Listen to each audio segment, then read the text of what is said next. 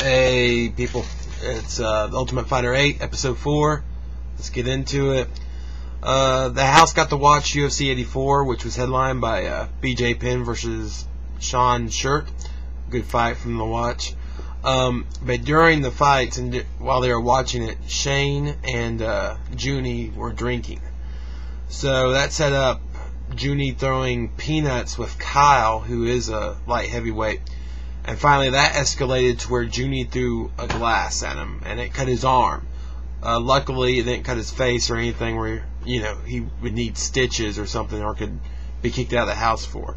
So Kyle's alright, but Junie just took it to a whole nother level where it messed with that guy's career. So that was pretty bad.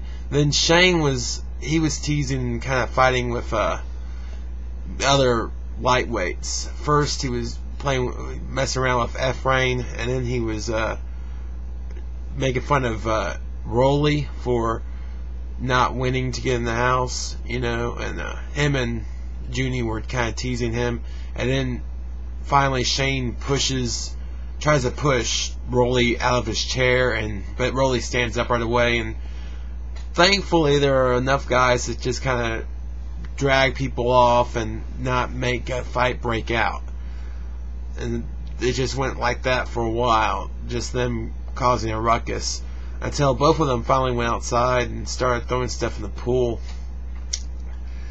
And they threw a bunch of crap in the pool, wicker chairs, furniture and stuff. I think they started getting people's personal belongings and stuff, so everyone from inside the house went outside.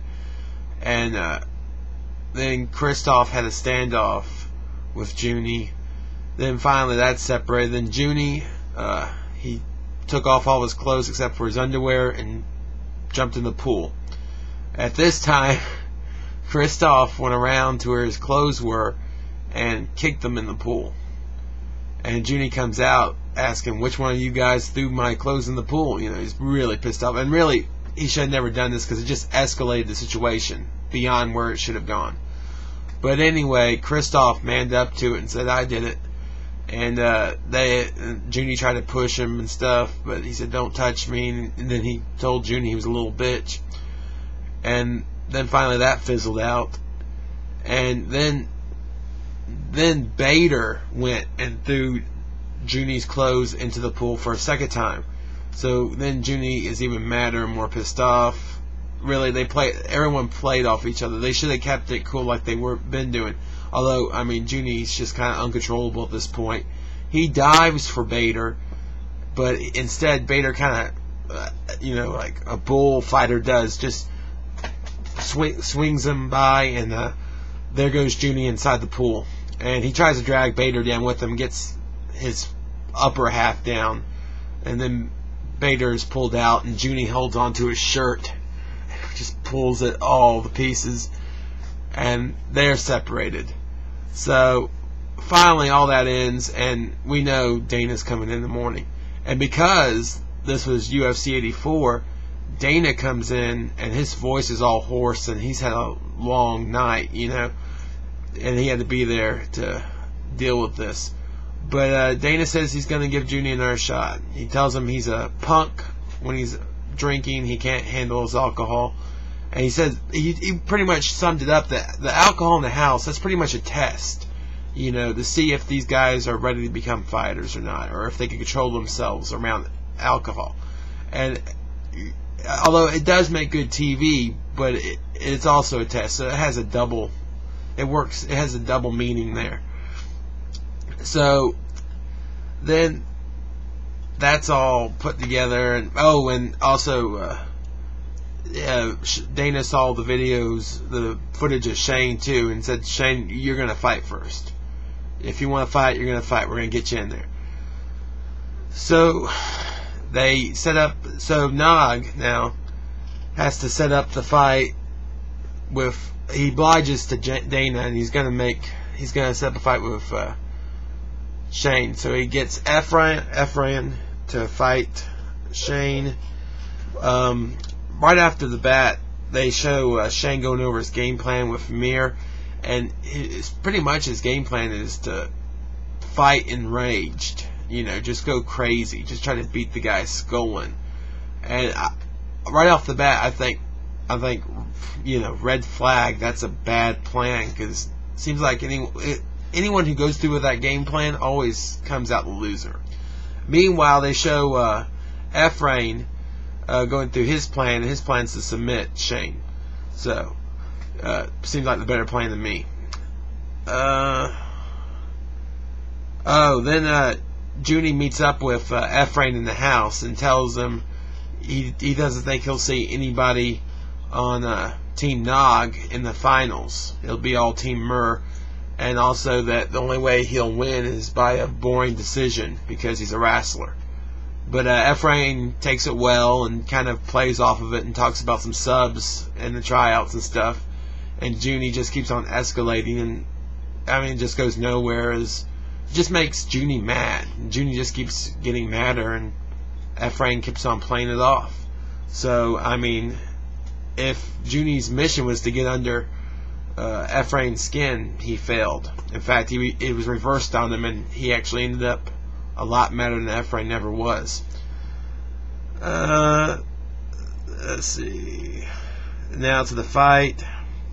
I put here Shane dominates the striking early on, and he did. Shane looked good, but Ephraim was getting some knees in, some nice solid knees. So that it was a good fight. First round, and also Ephraim finally got a takedown, but no, he didn't get much offense from it or anything. So it was kind of a boring first round. Then the second round came.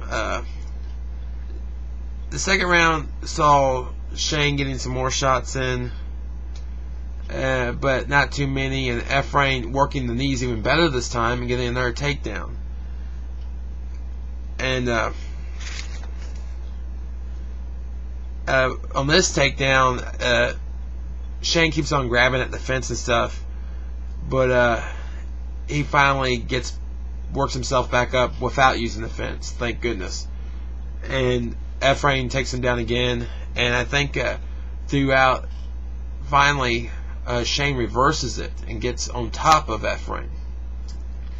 And things are kind of boring for a while, and not much is happening. But finally, Ephraim gets his legs up and gets a triangle on Shane. So Shane's just, helpless. And then to make even matters worse, he reverses position and gets a triangle on top of Shane. So all his weight is going into that choke with his legs, and it is way too much. I mean, that's even a worse position than just a regular triangle where you're over someone. It's to be under someone with a triangle over you. So he finally, I think he taps, he taps, and then you see Ephraim, in the middle of the octagon with all his teammates celebrating, woo, all that, I mean, that's suspected. But then Junie, from afar, you see him, he yells out, just what the UFC needs, another boring wrestler. And really, that was uncalled for. But then you see Junie just getting more and more. I can't believe this guy. He really is an interesting guy to watch, because he gets a second chance in the house, and now he is going ape shit about not seeing his teammate win.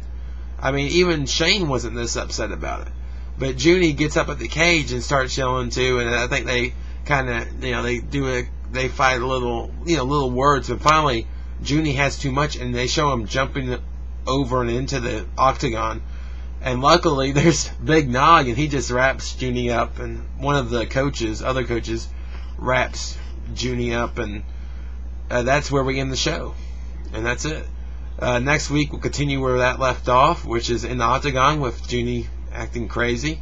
My overall thoughts is, Junie really has a lot of talent and stuff, but he needs to keep it under wraps, keep it under control, because he's letting his emotions get the better of him. I mean, a lot of people have had a hard life and stuff, but it doesn't give you a free ticket to just go ape shit whenever you want. Also, on the teaser, they showed that, and they also showed they're going to have Anderson Silva come in for not Mir. Big Nog's team. So, I mean, if you're looking at this as a, one coach versus the other right now, Nog has it all over Mir right now. 2 wins so far. He just really, the game planning, it also has a lot to do with it. It's amazing. He's a good coach. He's a real good coach. And hell, having Silva is only going to help.